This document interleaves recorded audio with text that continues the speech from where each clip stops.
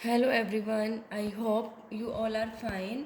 आज हम twelfth economics के अंदर जो हमारा फर्स्ट चैप्टर चल रहा है इंडियन इकोनॉमी का, उसके अंदर आज हम नेक्स्ट टॉपिक करेंगे, जो कि हमारा नेक्स्ट टॉपिक है features of Indian economy on the e-way of independence. ठीक है, कि जब इंडिपेंडेंस का टाइम, ठीक है, उससे पहले जस्ट बिफोर इंडिपेंडेंस के जो हमारी इंडियन इकोनॉमी है वो कैसी थी, उसके क्या क्या फीचर्स थे, वो आज हम स्टडी करेंगे।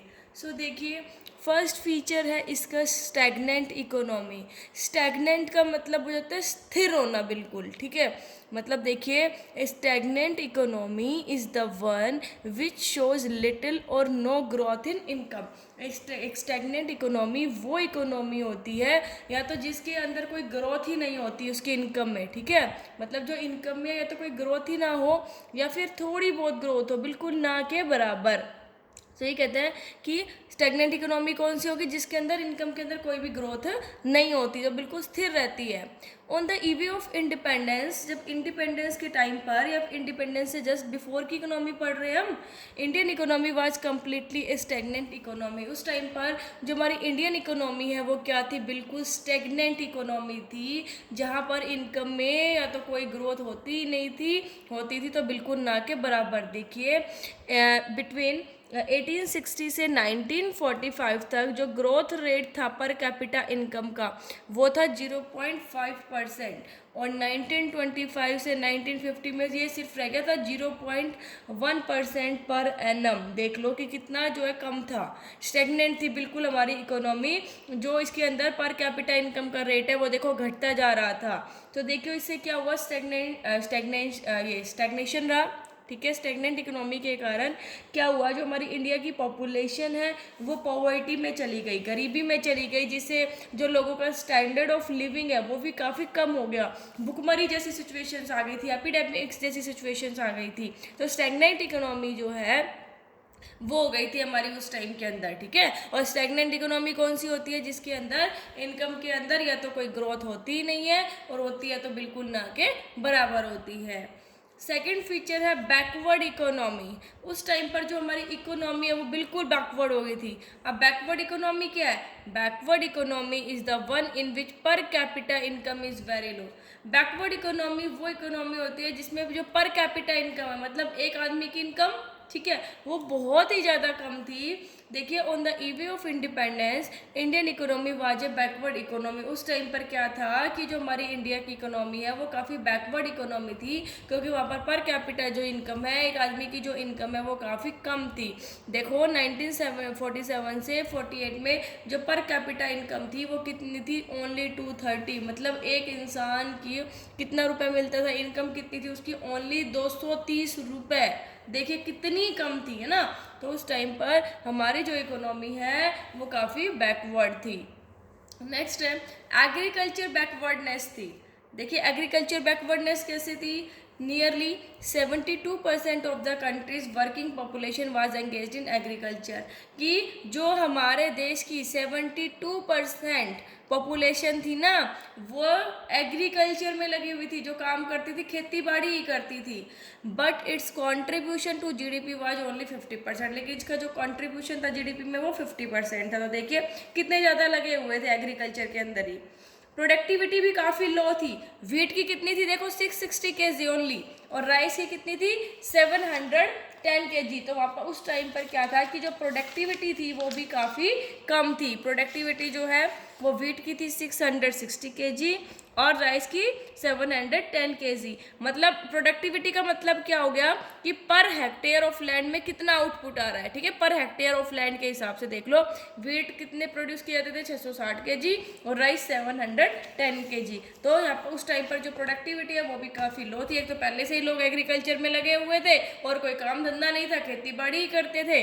और जो फूड ग्रेन, जो खाद्य पदार्थ होती है हमारे, उनका प्रोडक्शन वो इतना ही किया जाता था कि वो जीने के लिए जो जरूरी होता है ना, सब्सिस्टेंस के लिए, ठीक है, ताकि जो सर्वाइव कर सके, इतना ही प्रोड्यूस किया जाता था। सो काफ़ी उस टाइम पर जो एग्रीकल्चर बैकवर्डनेस है वो काफ़ी ज़्यादा थी। नेक्स्ट है इंडस्ट्रियल बैकवर्डनेस भी थी। ठीक है, इंडस्ट्रियल बैकवर्डनेस कैसे थी, क्योंकि उस टाइम पर हैवी और मशीन इंडस्ट्री की काफ़ी कमी थी।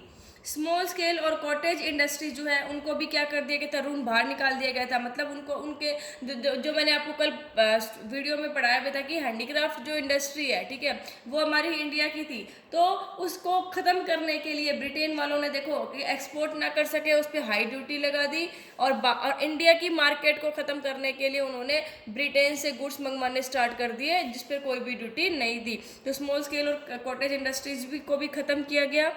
Indian industries depend on import from Britain. जो हमारी इंडिया की इंडस्ट्रीज है उन्हें किस पर डिपेंड रहना पड़ता था, ब्रिटेन पे डिपेंड रहना पड़ता था, क्योंकि ब्रिटिशर्स ने क्या किया था कि अपने गुड्स को यहाँ पर इंडिया के अंदर बेचने के लिए क्या किया था, उन्होंने इम्पोर्ट ड्यूटी जो है उसको फ्री कर दिया था, कोई इम्पोर्ट ड्यूटी नहीं थी। और यहाँ से बाहर ले जाने के लिए रॉ मटेरियल हमारे इंडिया से ही वो रॉ मटेरियल लेके जाते थे और रॉ मटेरियल से फिनिश्ड गुड्स बनाकर और हमारे इंडिया के अंदर ही प्रोडक्ट बेचते थे। सो कहते हैं कि इंडस्ट्रियल बैकवर्डनेस जो है उस टाइम पर बहुत ज़्यादा थी, क्योंकि उस टाइम पर हैवी और मशीन इंडस्ट्री की कमी थी। स्मॉल स्केल और कॉटेज इंडस्ट्रीज को ख़त्म कर दिया गया था। जो हमारी इंडियन इंडस्ट्रीज है उसको ब्रिटेन के ऊपर डिपेंड रहना पड़ता था इम्पोर्ट के लिए। नेक्स्ट देखिए रैम्पेंट पॉवर्टी। उस टाइम पर क्या था कि जो पॉवर्टी थी, वो गरीबी जो थी वो बहुत ज़्यादा थी, ठीक है, कि हमारी जो ज़्यादातर पॉपुलेशन है वो क्या थी, गरीब थी। मतलब लोगों को to not getting 2 square meals a day, मतलब एक दिन के अंदर जो 2 टाइम का खाना है ना वो भी नहीं मिल पाता था। ना उनके पास शेल्टर, कहीं रहने की जगह थी, ना उनके पास कोई पहनने के लिए कपड़े थे इतने, ठीक है। मतलब जो हम कह सकते हैं ना अनएम्प्लॉयमेंट थी, बेरोजगारी थी, इलिटरेसी थी उस टाइम पर। सो कहता है कि पॉवर्टी जो है वो बहुत ज़्यादा थी। उसके बाद है पुअर इंफ्रास्ट्रक्चर। जो इंफ्रास्ट्रक्चर है वो भी काफ़ी पुअर था। इंफ्रास्ट्रक्चर जैसे कम्युनिकेशन के मीन्स, जो ट्रांसपोर्टेशन है, जो हमारे जैसे रोड है ये, और हमारे जो डैम्स है, हमारे जो पुल है, ये सारी चीज़ें जो है, पावर जनरेशन, ये सारी चीज़ें बहुत कम थी, बहुत लो थी। जो उस टाइम पर जो आज आप देख रहे हो कितने बड़े बड़े अच्छे अच्छे रोड होते हैं, आपको इलेक्ट्रिसिटी की कोई कमी नहीं रहती, रोड्स डैम्स इतने बढ़िया बने हुए हैं, लेकिन उस टाइम पर जो इंफ्रास्ट्रक्चर है वो काफ़ी कमी थी इंफ्रास्ट्रक्चर की। देखिए पावर जनरेशन कितना था, ओनली 20 मेगावाट। आजकल एक पावर प्लांट कर लेते हैं 20 मेगावाट, तो उस टाइम पर टोटल ही 2100 मेगावाट जो इलेक्ट्रिसिटी प्रोड्यूस होती थी। रेलवे लाइंस कहाँ तक थी, ओनली 53,596 किलोमीटर तक थी ओनली। पक्का रोड्स कितने थे, ओनली 155,000 किलोमीटर। आजकल देखोगे तो आपके घर के बाहर भी पक्के रोड मिल जाएंगे, है ना, लेकिन उस टाइम पर पक्का रोड कितना था, 155,000 किलोमीटर था बस। तो उस टाइम पर जो इंफ्रास्ट्रक्चर फैसिलिटी है वो बहुत कम थी, मतलब पुअर थी बहुत ज़्यादा। नेक्स्ट है heavy dependence on import. Import के ऊपर डिपेंड रहना पड़ता था हमारी कंट्री को। जो हमारी आर्म्ड फोर्स है उनके जो प्रोडक्ट और जो कंज्यूमर गुड्स है जैसे सेविंग मशीन, बाईसाइकिल्स, इनके लिए जो हमारे इंडिया वाले हैं उनको किस पर डिपेंड रहना पड़ता था, बाहर के ऊपर डिपेंड, ब्रिटेन के ऊपर डिपेंड रहना पड़ता था, ठीक है। नेक्स्ट है लिमिटेड अर्बनाइजेशन। अर्बनाइजेशन मतलब शहरीकरण। उस टाइम पर जो ज़्यादातर जो पॉपुलेशन है वो गांवों में ही रहती थी, शहरीकरण की बहुत ज़्यादा कमी थी। 14% जो पॉपुलेशन है वही शहरों में रहती थी, अर्बन एरियाज़ में देखिए, और जो 86% पॉपुलेशन है वो हमारे रूरल एरियाज़ में रहती थी। अब देखिए 86% पॉपुलेशन गाँव में रहती थी, जिसके अंदर हमने स्टडी किया था कि जो 72, ठीक है, 72% जो पॉपुलेशन है वो एग्रीकल्चर के अंदर डिपेंड थी, और बाकी बच की 14% वो भी उन्हीं में ही लगी रहती थी, ठीक है। वो भी जैसे किसी के मजदूरी पे काम कर लिया, एग्रीकल्चर का ही दिहाड़ी पे जो काम कर लिया, या फिर वैसे कंस्ट्रक्शन वगैरह में काम कर लिया। तो देखिए 86% पॉपुलेशन गाँवों में रहती थी, जिसके अंदर 72% जो पॉपुलेशन है वो खेती बाड़ी करती थी, बाकी बचे 14% वो मजदूरी दिहाड़ी पे अपना काम करते थे। तो जो अर्बनाइजेशन है, जो शहर के अंदर लोग बहुत कम रहते थे, ओनली 14% जो पॉपुलेशन है वही शहर के अंदर रहती थी। नेक्स्ट है सेमी फ्यूडल इकोनॉमी थी वहाँ पर। सेमी फ्यूडल इकोनॉमी का क्या मतलब है कि फेडरलिस्टिक और कैपिटलिस्टिक इकोनॉमी का मिक्सचर, ठीक है। देखिए क्या होती है सेमी फ्यूडल, ना तो सारी की सारी फेडरलिस्टिक और ना ही सारी की सारी कैपिटलिस्टिक, ठीक है। इसके अंदर क्या होता था कि दोनों का मिक्सचर होता था ये। देखो सेमी फ्यूडलिस्टिक जो इकोनॉमी है वो किस किस का वो थी, मिक्सचर थी फ्यूडलिस्टिक का और कैपिटलिस्टिक इकोनॉमी का, जिसे हम सेमी फ्यूडल इकोनॉमी भी कहते हैं। सेमी फ्यूडल इकोनॉमी, अब देखिए जो हमारी कैपिटलिस्ट इकोनॉमी है, हमारी जो कैपिटलिस्टिक इकोनॉमी है वो कौन सी होती है, जिसके ऊपर सारा का सारा जो मतलब जो किसके द्वारा चलाई जाती है, प्राइवेट सेक्टर के द्वारा। सारा का सारा जो कंट्रोल है वो किसका होता है, प्राइवेट का होता है।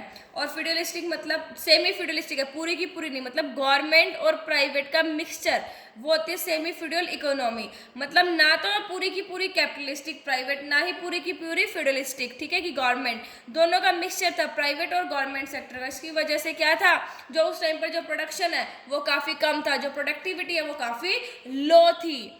नेक्स्ट है कॉलोनियल इकोनॉमी। कॉलोनियल इकोनॉमी क्या होती है, जिसके अंदर हमारी colonial exploitation of Indian economy, जो हमारी इंडियन इकोनॉमी है उसका कॉलोनियल एक्सप्लॉयटेशन हुआ था, ठीक है। हमने अपनी लास्ट वीडियो के अंदर स्टडी भी किया था कि कैसे कॉलोनियल एक्सप्लॉयटेशन हुआ था, इंडस्ट्रियल सेक्टर का, इंटरनेशनल ट्रेड का, एग्रीकल्चर सेक्टर का।